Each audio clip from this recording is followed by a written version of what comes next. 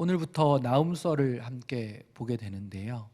이 나훔서를 통해서 하나님께서 성도들 가운데 평안과 위로를 부어주시기를 간절히 소망합니다. 이 나훔서의 전체 주제를 이야기하자면 바로 악의 상징인 아수르를 향한 심판과 멸망의 선포가 되겠습니다. 이 아수르는 유다를 계속해서 괴롭혀 왔고 또 북이스라엘을 멸망시켜 그 민족을 흩어버리고 섞어버리면서까지 그 땅을 정복한 아주 무섭고 강한 나라였습니다.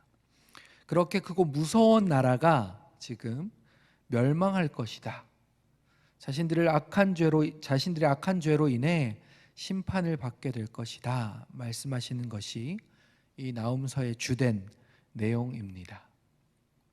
이 내용을 통해 유다는 자신들을 계속해서 괴롭히고 힘들게 해왔던, 못살게 굴어왔던 이 아수르의 멸망을 보며 동정할 자가 아무도 없으며 오히려 조롱받게 될 것이다 라고 3장 7절을 통해 말하고 그렇게 해석할 수 있게 됩니다. 나훔서 3장 7절 말씀을 제가 한번 읽어드리도록 하겠습니다.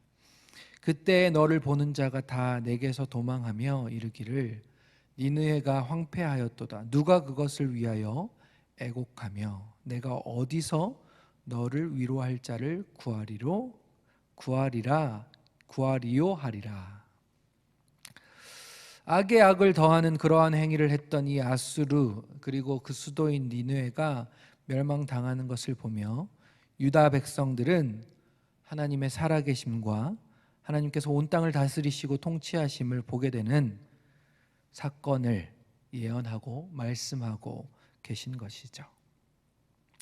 이 역사를 통해 하나님의 사람들, 하나님을 믿고 그분을 의지하며 따라가는 사람들에게는 하나님의 인내가 결코 하나님의 무능이 아니며 그 하나님께서 보응하시고 그분을 믿고 의지하는 백성들을 다시 세우시며 새롭게 하실 것이라는 회복과 위로의 메시지로 이 나훔서를 읽고 해석할 수도 있는 것입니다. 그래서 이 나훔이라는 선지자의 이름의 뜻도 위로라는 뜻입니다. 이 나훔서를 읽어가시면서 하나님께서 악에 대해 얼마나 분명하게 징벌하시는지 보게 되고 또 세상에 그 어떤 사람이나 권력이나 강한 나라를 우리가 두려워하기보다 하나님을 두려워해야 함을 생각하기도 해야겠지만 반대로 그 하나님을 의지하고 믿고 따르는 자들에게는 결국 하나님께서 승리하게 하시고 회복시키시며 새롭게 하신다는 메시지를 통해 지금의 아픔과 고통, 괴로움과 절망의 자리에서 위로와 소망의 자리로 우리를 분명히 옮겨 놓으실 것을 기대하며 말씀을 계속해서 읽어 나가게 되시기를 주님의 이름으로 축복합니다. 사실 이 니느웨라는 성 하면 떠오르는 이야기가 하나 있습니다. 얼마 전에 우리가 함께 보기도 했던 바로 요나의 이야기인데요. 그때 이 요나를 통해 니느웨에게 말씀을 선포하고 그들에게 회개할 기회를 주셨습니다. 요나서 3장 4절이었는데요. 이렇습니다.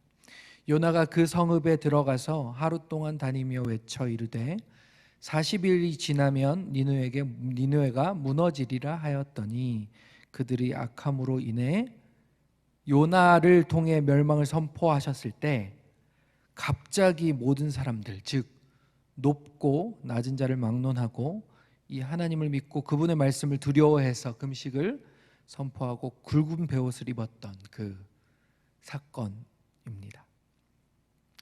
왕까지 여기에 동참하면서 오히려 조서까지 내려서 모든 사람이나 짐승들이 아무것도 특별히 물도 입에 대지 못하게 하고 힘써 하나님께 부르짖도록 하게 되는 놀라운 일이 일어났던 것이죠. 그리고는 그들이 하나님의 심판으로부터 멀어지게 하셨습니다. 그런데 그로부터 100여 년이 지나면서 그들이 다시 돌이켜 악으로 돌아가고 오히려 더욱 악을 행했던 이 아수르 니느웨를 하나님께서는 이제 인내하지 않으시고 그들 가운데 경고하시며 심판하시기로 작정하신 것입니다. 이 이야기에 대해서 혹여나 오해하실까봐 오해하지 말아야 될 것이 하나 있음을 말씀드립니다. 하나님께서 어떤 백성, 어떤 민족은 끝까지 기다리시고 용서하시며 또 반대로 어떤 백성은 처음부터 멸망하시기로 작정하신 것이 아니라는 사실입니다. 아수르 곧 니느웨에게 경고하셨을 때 하나님께로 돌아왔던 그들을 용서하시고 멸망하지 않으셨던 것처럼 말입니다. 이스라엘과 유다가 하나님께 선택받은 백성이었음에도 불구하고 하나님을 떠나 악을 행했던 그들에게 하나님께서 경고하시고 징계하셨던 것처럼 말입니다. 지금은 우리가 하나님의 말씀 앞에 엎드리고 주님과 함께 살아가려고 애를 쓰며 그렇게 살아가고 있지만 우리의 다음 세대는 어떻게 될지 아무도 모릅니다. 니느웨를 용서하셨던 하나님께서 100년 정도의 시간이 흐르면서 그들의 악으로 인해 다시 심판의 자리로 그들을 데려다 놓으셨던 것처럼 우리의 자녀들이, 우리의 후손이 하나님을 믿고 그분을 의지하며 그분을 따라 순종하며 살아가지 않고 자기의 생각과 자기의 이익을 쫓아 자신의 인생의 왕이 되어 살아가게 된다면 분명히 심판의 자리에 서게 되지 않겠습니까?